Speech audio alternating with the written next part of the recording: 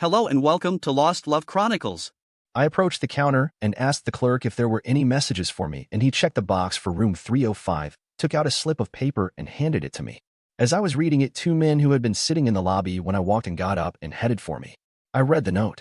It simply asked me to call Detective Howard Miller and gave me a phone number. The two men walked up, one to either side of me, and the one on my right asked me if I was Frank Thomas. Yes. He flashed a badge and said, "I'm Detective Larson, and the gentleman to your left is Detective Phillips." Yes? And what can I do for you? Is that note in your hand from Detective Miller of the Branson Police Department? It is from a Detective Miller, but I have no idea where he is from.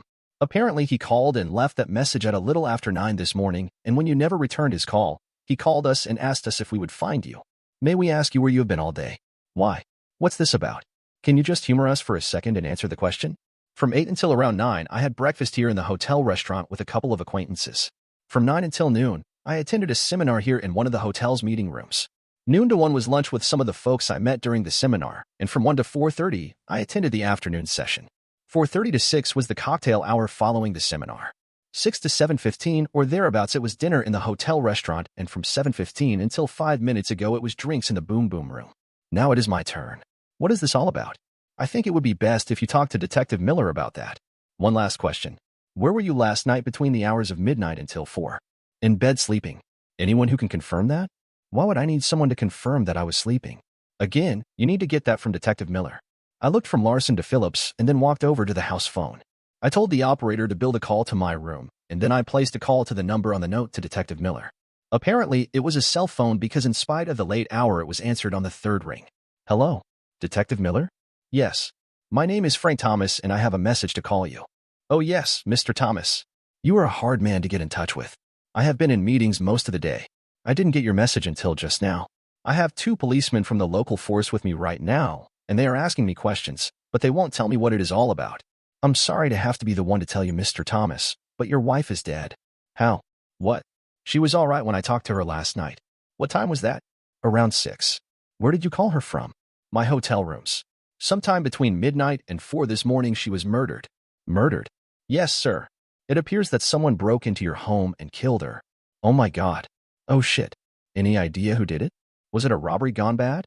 Anything stolen like the TVs, jewelry, or things like that? I can't talk about it on the phone, Mr. Thomas. We will go over the details when you get home.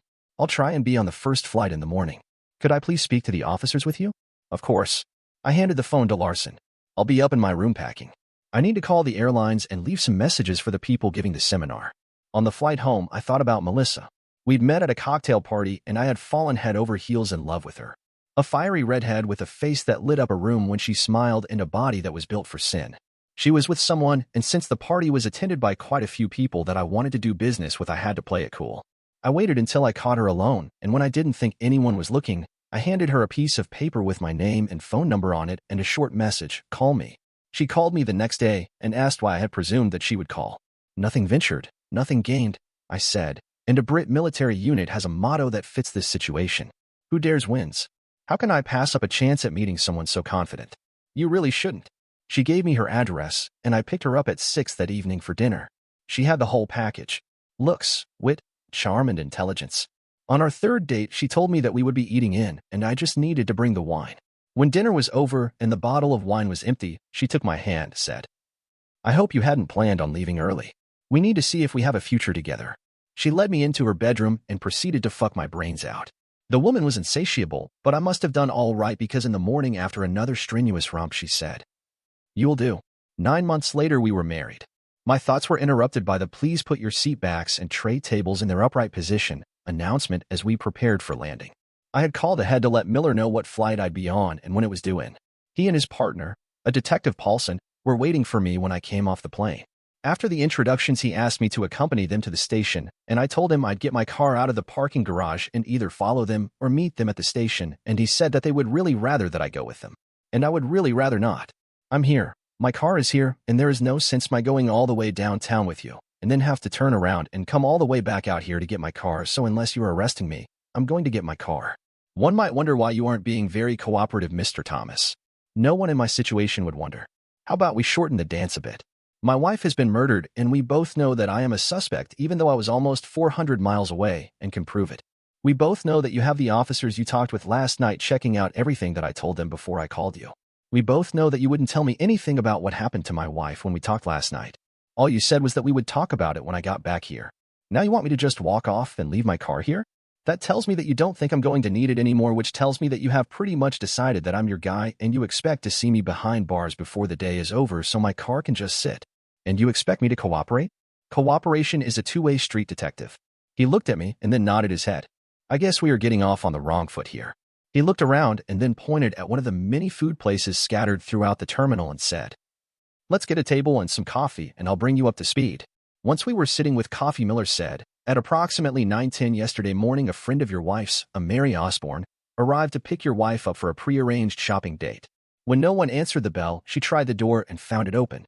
She called for your wife and got no answer. She checked and saw that your wife's car was still in the garage, so thinking that your wife might have overslept, she went upstairs and found your wife dead on the bedroom floor. She called 911, but according to the coroner, your wife had been dead at least 4 hours when her friend found her. You said that she had been murdered. She had been shot twice. Why do I have the feeling that you aren't telling me everything? Because I'm not. There is a procedure that has to be followed in cases like this. There needs to be a formal interrogation at the station which will be recorded. I've already told you more than I'm supposed to have. Go get your car and meet us at the station. Should I have an attorney with me? That is up to you. You certainly have the right. As a policeman, I have to admit that I don't want you to exercise that right. Attorneys have a habit of constantly interrupting, and it impedes the flow of the interrogation, and a smooth-flowing interrogation in itself can tell the interrogator something. So, I'm going to be interrogated? Of course, you are. You said it yourself. Until you are cleared, you are a person of interest as far as the investigation into your wife's death is concerned. We finished our coffee, and I took the shuttle to pick up my car. At the station, I was ushered into a room, and Miller and Paulson joined me. They warned me that the session was being recorded and asked me if I wanted an attorney present. I told them no. I was asked my whereabouts on the night in question, and I told them the same things I told the detectives at the hotel. Then Paulson asked me, "Do you own a handgun?" "Several." "Oh, any .22 calibers?" "No. Mostly Colt .45s and Glock .40s. Mostly. I may have a couple of .357 Magnums, but I'm not sure." "How can you own them and not be sure?" "I don't actually own them. My company does." "Your company?" "Paladin Security Services." "You own Paladin?" "Yes, I do." He pondered that for a couple of seconds and then asked, "Do you know a Robert Turner?" "I've never met him, but I know who he is." "What do you know about him?" "Well, I'm not really up to date on this, but as of last week, he was my wife's current lover." "You know that?" "Yes. I think it was around the beginning of April that she took up with him." "Maybe you should get an attorney in here, Mr. Thomas." "Why?" "Because you have just admitted knowing that Robert Turner is your wife's lover, and Robert Turner was found dead in the bedroom with your wife. And you have just assumed that I, being the outraged husband, killed them both in a fit of jealous rage? That's absurd. If I was going to kill anyone in a fit of rage, it would have been Ronald Porter. He was the first one she cheated on me with. Since Porter, there have been at least 4 others, and I've never harmed a hair on any of their heads. You know all of this for a fact? I have the private detective's reports on them." "And you did nothing?" I could see the look on Paulson's face.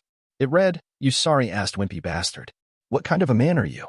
I thought, fuck you to myself, and answered Miller. "You ever been through a divorce or know someone who has?" "I've not, but I know several who have been." "How did the man come out on the deal?" "Not well, I'm afraid. That was my problem. I've done well for myself. My home is worth a little over $3 million, and the business I've worked my ass off to build is worth around $10 to $12 million. This is a no-fault state, so even catching Melissa cheating, she would get half of everything. I would have to sell the house and business, give half to Melissa, and then end up paying court costs and attorney's fees and probably end up paying the bitch alimony for a year. Still, it is motive. Maybe, but it wouldn't make sense for me to kill her and chance going to jail when I would be rid of her for free in another 9 months. How is that? She would have come into a trust fund when she reached 30, which is only 9 months away. It is somewhere in the neighborhood of $7 million. We would have had equal assets then, and I could divorce the whore and keep all I've got. In fact, her getting herself killed now robs me of a windfall.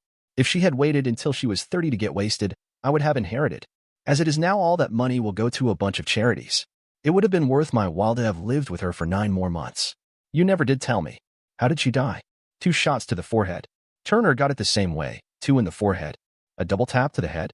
Ring any bells? Should it? Have you checked out Turner's wife? She has a rock-solid alibi. No surprise there. She would have. Have you checked out her family? Her family. Her father is Vito Genovese, and if even half of what you hear about him is true, he would have no problem in finding someone to help him out with a problem brought to him by his darling daughter. family honor, and all that bullshit. Isn't a double tap to the head the sign of a mob-style hit? Miller and Paulson looked at each other, and I could see the wheels turning. Miller looked at me and asked, "Can you back up what you were saying? I've got the PI reports on her lovers, and I can give you the name of her attorney, and I would imagine you can get the trust fund information from him. The part about Genovese is in the PI report I got on Turner. Did your wife know that you were aware of her activities?" "I don't think so. I acted like a clueless husband around her. She was damned good in bed, and she never said no to me, and I wasn't about to go without sex until she turned 30, and I wasn't going to play outside the marriage and give her a chance at catching me and divorcing me. I don't think we have any more to ask at this time, but please keep us informed as to your whereabouts in case we need to talk with you again." As they lowered Melissa's casket into the hole, I looked around at the assembled mourners and wondered if any one of them even had the slightest clue as to what happened. When I finished college at 20, I wasn't ready to settle down. I wanted to do something exciting, take some chances, and enjoy life before settling into a 9-to-5 life spent with a June Cleaver-type wife, house with the picket fence, and the 2.3 kids. Clinton was sending troops to Bosnia, and there ought to be some excitement there, so I joined the army. I didn't even make it through basic training. My third week in basic, several of the clowns in my platoon decided that they needed to teach the college boy some manners, and they threw me a blanket party. I was in the shower when it happened. With the blanket over me and several guys holding me, I should have been helpless as they started to beat on me with socks filled with soap bars. I'd never had any martial arts training, and I don't even know why I did what I did. It was probably something I saw in a movie and subconsciously remembered. I swept my leg, not kicked, but swept, hard from right to left, and knocked the legs out from under one of the guys. He fell and his head hit the shower floor, and one of the others said, "Christ, he's bleeding." And one of the guys let loose of me to bend over and check on the guy on the floor. That loosened the grip on me, and another leg sweep took out another guy who fell to the floor. Suddenly, there weren't enough guys holding me, and I jerked away from the ones who were and got out from under the blanket. 2 men were down on the floor, and a third was bent down over them, and the 2 who were standing were looking at me with looks that said, "Whoa, this ain't the way it is supposed to happen." I grabbed one by the arm and swung him face first into the shower wall, and he went down. The other guy started to back away while the guy kneeling started to get up. Figuring that I'd rather have him down than up, I kneed him in the face and saw blood spurt from his broken nose, and as he started to fall, I kicked him hard in the ribs with the heel of my foot. I started for the guy still standing, and he turned and ran. The first guy I'd swept the legs out from under wasn't moving, but the second one was, and so I dropped on his back, grabbed his head, and smashed it into the floor. By then, the platoon NCOs were there. Sergeant Marks saw the blanket and the soap-filled socks and figured out right away what was going on. I tried to get by him, and he asked me where I thought I was going. "There is one more of the bastards, and I'm going to get him." "No, you aren't." I tried to get by him, and he said, "Stop it, Thomas. I don't know how you manage them, but it won't be as easy with me. Now just stand over there while I sort it all out." It got sorted out, and I found myself in the post stockade. My second day there, I was called into a room where a captain was sitting behind a table. On the way from my cell to the room, the MP escorting me told me that I was to walk in, stop 6 feet in front of the table, salute, and say, "Private Thomas reporting as ordered," and hold the salute until it was returned. I stopped in front of the table and said, "I'm Private Thomas. Aren't you forgetting something?" "I don't think so." "That should be, 'I don't think so, sir,' and what you forgot was the salute." I didn't forget the salute or the sir. Both are a sign of respect, and I don't have any respect for people who are treating me the way I am being treated just because I defended myself. You put 4 men in the infirmary. Doesn't that bother you at all? The only thing that bothers me about it is that Sergeant Marks kept me from making it 5. What is it going to take for you to start saying, "Sir"? You doing something to earn my respect? That started my long association with Lieutenant/Captain/Major/Colonel Jones/Smith, or whatever his real name and rank were. Apparently, my take no prisoners attitude was something that a certain section of the United States Army was interested in. I was pulled out of basic and shipped to an undisclosed location and was given training that very few other recruits got. I learned how to use guns, knives, sticks, and stones. I learned how to pick locks, hot wire cars, create false identities, fly small airplanes, pilot small boats, and a whole host of other things, and then I was turned loose. The oath I took when I enlisted was to defend against all enemies, foreign and domestic, but the foreign part never entered into it. You would be amazed at how many domestic enemies America has, and our way of defending against them was to eliminate them. Accidental drowning, falls downstairs, and breaking necks, auto accidents were just a few of the ways the problems were handled. Doing that kind of work tends to make you paranoid. You start asking yourself what would happen to you if an operation went bad. What if they needed a scapegoat? What if something happened and the best solution was for you to be disappeared, or for your body to be found with incriminating documents or something of the like? Given what they had you doing, you just knew that if your elimination was needed, they wouldn't even hesitate. In the 6 years I spent with the group, I stashed money, weapons, and IDs in half a dozen locations. If the shit ever hit the fan and I needed to bail out, I had several bolt holes. I never needed them, but I had them. When I took my discharge, I set myself up in the security business. In short, my company furnished security specialists, which is shorthand for bodyguards and armed guards for various companies.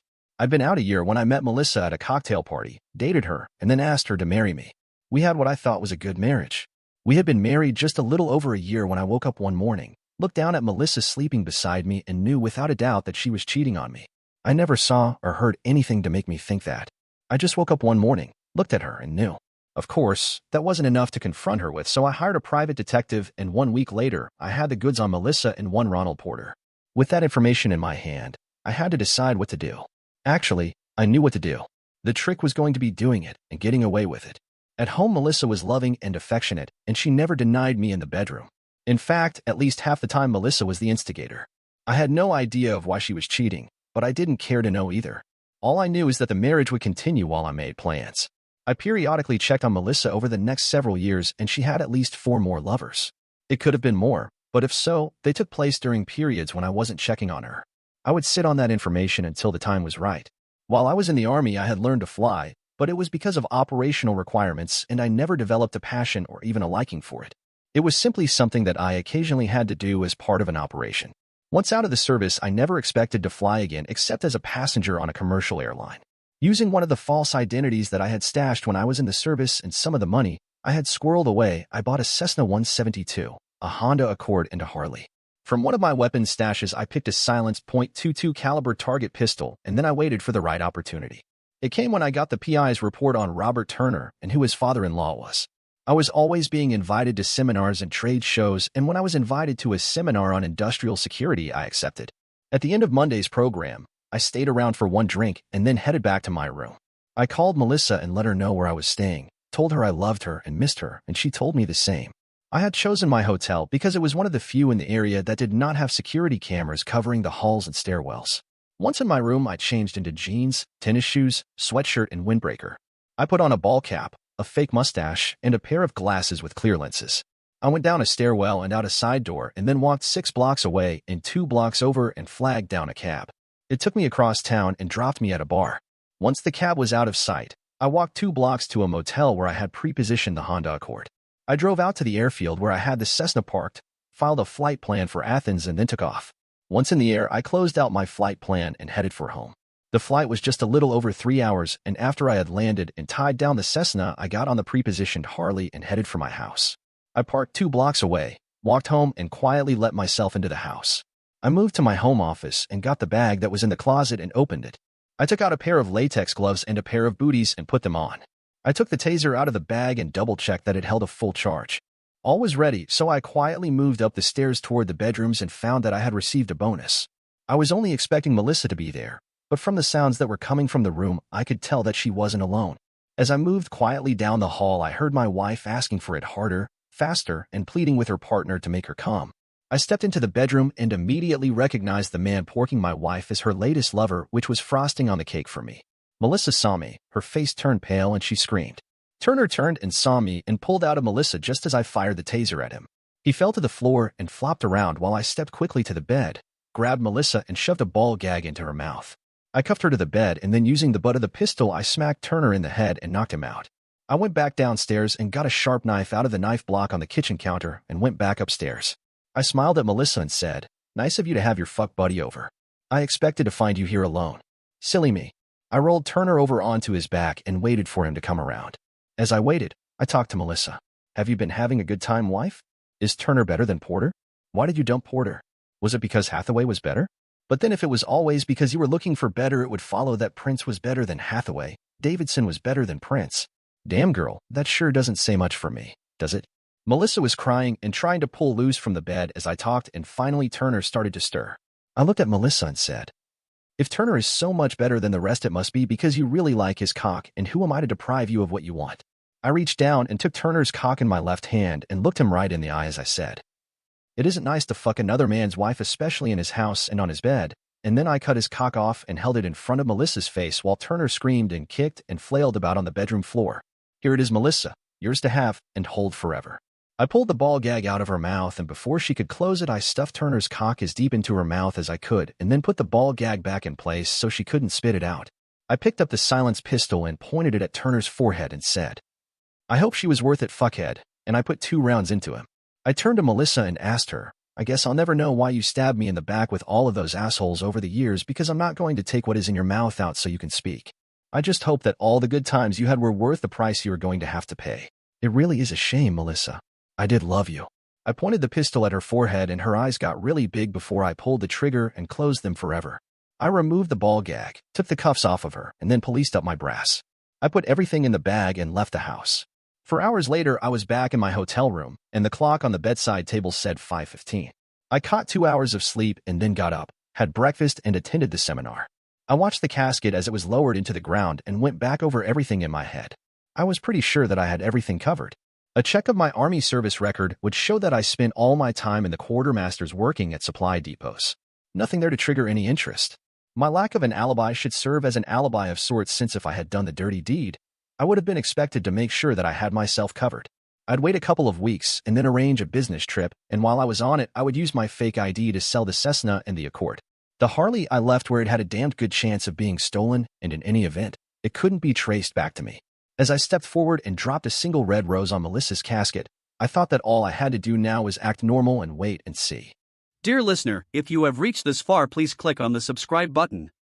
It will be a great help.